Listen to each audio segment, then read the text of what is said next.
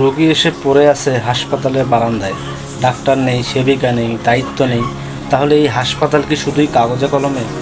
দেশের প্রায় সব সরকারি হাসপাতালে একই দৃশ্য। আসন নেই, ওষুধ নেই, পরিষ্কার নেই। রোগী এসেছে হৃদরোগ নিয়ে, কিন্তু স্ট্রেচার পায় না। চিকিৎসার জন্য ছুটছে হাসপাতালের এক মাথা থেকে আরেক মাথায়। ডাক্তার আছে কিন্তু চেম্বারে। সরকারি হাসপাতালে সময় মতো আসে না। নার্সদের আচরণ এক কথায় ভয়ঙ্কর। অসুস্থ রোগীর সাথে কথা বলে যেন সে ওদের শত্রু। 2024 সালের রিপোর্ট বলছে, দেশের 45% উপজেলায় সরকারিভাবে নিযুক্ত ডাক্তার হাসপাতালে নিয়মিত থাকে না। তাহলে এই জনগণের চিকিৎসা কে দেবে? হাসপাতালে গেলে বলা হয় ওষুধ নেই, বাইরে থেকে কিনুন। ইঞ্জেকশন নেই, স্যালাইন নেই। তাহলে ফ্রি চিকিৎসার যে কথা বলা হয় সেটা কোথায়? যন্ত্রপাতি পড়ে আছে অকেজো, কিন্তু মেরামতের টাকাও বরাদ্দ হয়। তাহলে টাকা কোথায় যায়? সরকারি হাসপাতাল যেন এক একটা দালালের রাজত্ব। 100 টাকার জন্য রোগীকে বাইরে থেকে পরীক্ষা করাতে বাধ্য করে। জরুরি রোগীকেও রেফার করে প্রাইভেট ক্লিনিকে।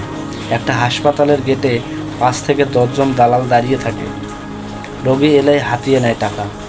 কর্তৃপক্ষ সব জানে, কিন্তু কেউ কিছু করে না। কিছু হাসপাতালে পদবি দিয়ে ভাগ করে রাখা হয়। এই ইউনিট ওই নেতার, ওটা অমুক নেতার। চিকিৎসা চলে না, চলে রাজনীতি। স্বাস্থ্য খাতে বাজেট বাড়ছে, কিন্তু সাধারণ মানুষ কিছুই পাচ্ছে না। তাহলে বাজেটের টাকা কোথায় যায়? সরকারি হাসপাতাল যদি সেবার জায়গা না হয়ে লুটপাটের জায়গা হয়, তাহলে দরিদ্র মানুষের চিকিৎসা কোথায়? নাকি মানুষের জীবনটাও ওদের কাছে পণ্য? একটা গরিব মানুষ সব কিছু জেনেও সরকারি হাসপাতালে যায়।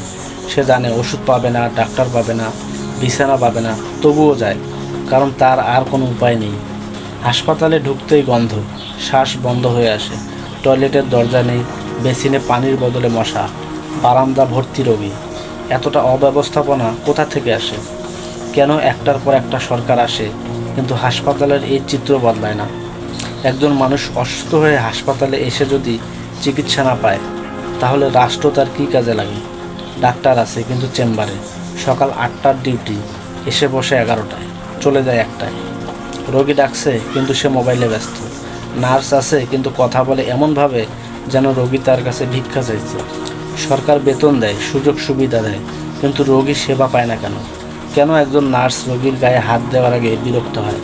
কেন একজন ডাক্তার বলে ওই বেডে নিয়ে যান, পরে আসি, কিন্তু সে পরে আর আসে না? এই কি চিকিৎসা ব্যবস্থা? এই কি সেবামূলক পেশা? সরকার বলে সরকারি হাসপাতালে সব ফ্রি। তাহলে কেন প্রতিটি রোগীকে বাইরের ফার্মেসিতে পাঠানো হয়? কেন চিকিৎসক নিজেই প্রেসক্রিপশনে একটা ওষুধও সরকারি স্টকে নেই এই কথা লিখে দেন? একজন গরিব রোগী তার খাবারের টাকা বাঁচিয়ে যদি ওষুধ কেনে, তাহলে ফ্রি চিকিৎসার বড়াই কেন করা হয়? হাসপাতালে এক্স-রে মেশিন আছে কিন্তু কাজ করে না। সিটি স্ক্যান মেশিন পড়ে আছে, মেরামত হয় না। তাহলে এই যন্ত্র কেন কেনা হলো? একটা রোগী হাসপাতালে ঢুকলেই তার গায়ে ঝাঁপিয়ে পড়ে দালাল। ডাক্তারের সিরিয়ালে লাইন দিলেও কেউ এসে কানে কানে বলে টাকা দিলে আগে দেখা হবে। এটা কি সরকারি সেবা? একটা সাধারণ রোগী যখন বুঝে ফেলে এই হাসপাতালে চিকিৎসা হবে না, তখন সে কাকে দোষ দেবে? কারণ ডাক্তার, ওয়ার্ড বয়, নার্স, দালাল সবাই একটা সিন্ডিকেট। একজন মানুষ যদি সরকারি হাসপাতালে চাকরি পেতে 10 লাখ টাকা ঘুষ দেয়, তাহলে সে কি সেবা দিতে আসবে? সে তো টাকা তুলতে আসবে। ওষুধের স্টক থেকে চুরি হয় হাজার হাজার টাকার ওষুধ। এখন জনসেবা কেন্দ্রগুলোই জননির্যাতন কেন্দ্রে পরিণত হয়েছে। একজন মা সন্তান কোলে নিয়ে এসে বসে আছেন বারান্দায়, 3 ঘন্টা ধরে অপেক্ষা করছেন একজন চিকিৎসকের জন্য। কেউ আসছে না। এই দেশের নাগরিক হিসেবে তারা কি অপরাধ করেছে? তারা কি শুধু গরিব বলেই অবহেলার শিকার? সরকারি হাসপাতাল গরিব মানুষের শেষ ভরসা। যদি এখানেও তারা অপমানিত হয়, অবহেলিত হয়, মৃত্যুর দিকে ঠেলে দেওয়া হয়, তাহলে এই দেশের চিকিৎসা ব্যবস্থার মানে কি? এই দুর্নীতি, এই অব্যবস্থা আর কতদিন চলবে? কেউ কি এর জবাব দেবে? এই হাসপাতাল কি কখনোই সেবা কেন্দ্র হবে না?